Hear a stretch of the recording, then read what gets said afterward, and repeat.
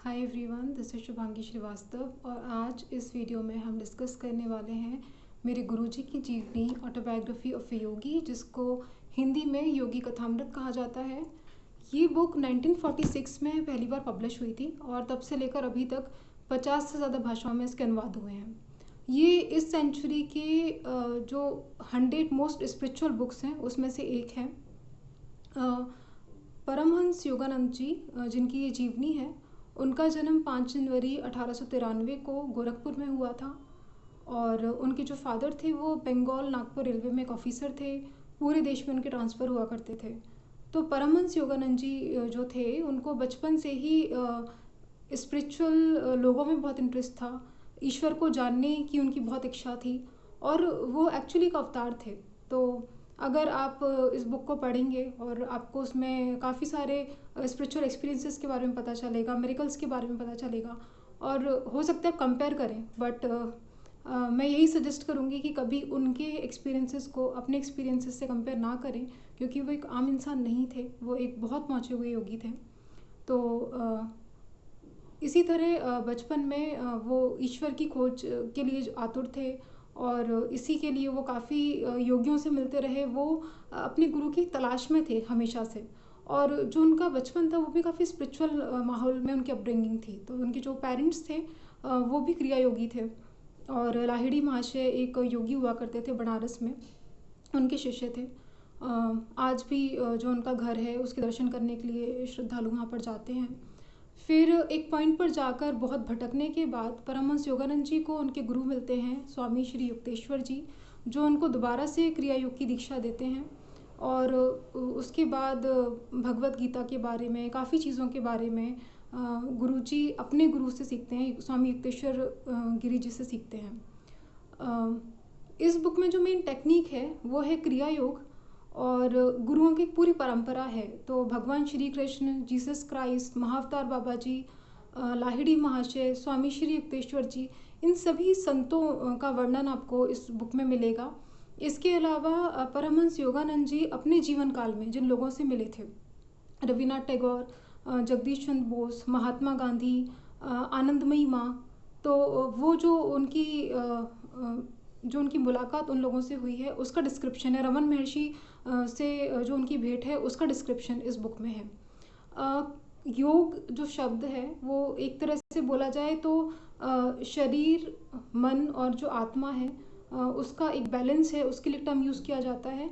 और एक spiritual path पर ऐसा बोला जाता है कि कोई भी सोल जब हाईएस्ट सुप्रीम सोल से मिलती है तो वहाँ पर भी जो योग वर्ड है उसका इस्तेमाल किया जाता है। तो क्रिया योग जैसे बहुत सारी टेक्निक्स इंडिया में हुई हैं, बहुत सारे स्कूल ऑफ योगा हुए हैं, क्रिया योग उन्हीं में से एक है और इस बुक में ब्रीफली डिस्क्राइब किया है।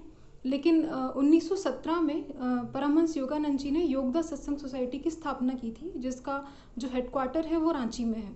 और अगर इस बुक को पढ़ने के बाद कोई क्रिया योग सीखना चाहता है तो बेस्ट उसके लिए यही होगा कि वो मेंबरशिप ले, और बहुत नॉमिनल चार्जेस पर वो मेंबरशिप दी जाती है। और उसके बाद जो शिक्षाएं हैं योग की वो आपको एक कुरियर के थ्रू आपको मिलती हैं।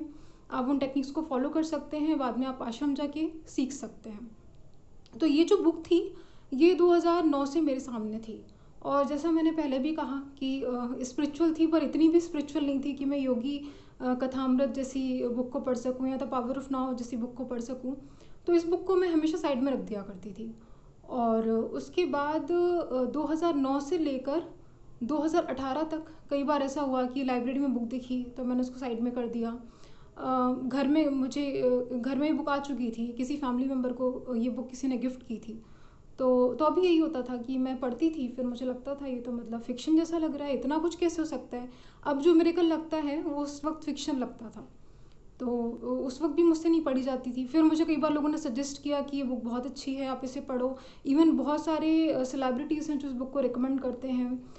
लेकिन फिर जब मैंने द पावर ऑफ नाउ पढ़ी तो उसके बाद मेरी रुचि बढ़ी इस तरह की चीज़ों को पढ़ने में। और इस बुक का सबसे बड़ा इम्पैक्ट ये था कि मैंने जब इस बुक को रीड किया तो मेरा जो फेथ था, जिसे बोल सकते हैं कि हायर जो एनर्जीज़ होती हैं, आप उसे गॉड बोल सकते हैं या कुछ और भी बोल सकते हैं, बट यूनिवर्स में, यूनिवर्सल इंटेलिजेंस में या ईश्वर में जो मेरा एक फेथ था, हमेशा जिसे मैं क्वेश्चन करती थी।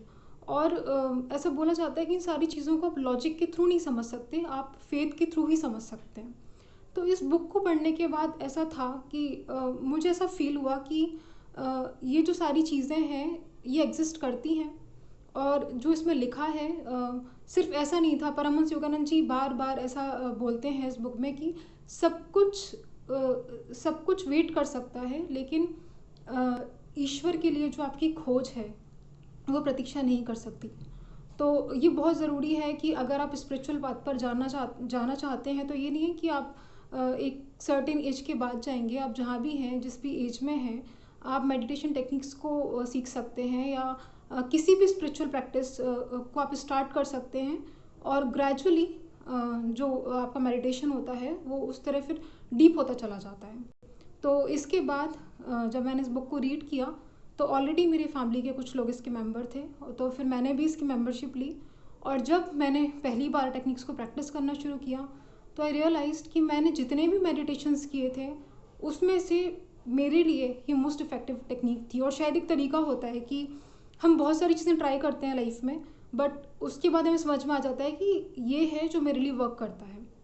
तो मैं उस वक्त जो ओवर थिंकिंग किया करती थी, द पावर ऑफ नाउ पढ़ने के बाद काफ़ी कम हो गई थी। बट जब मैंने इस बुक को पढ़ा और इसके बाद जब मैंने टेक्निक्स फॉलो की, तो टेक्निक का वो इफ़ेक्ट था जो मुझे इस क्रिया योग के मार्ग पर लेकर आया, और आज भी मैं उसे प्रैक्टिस करती हूँ।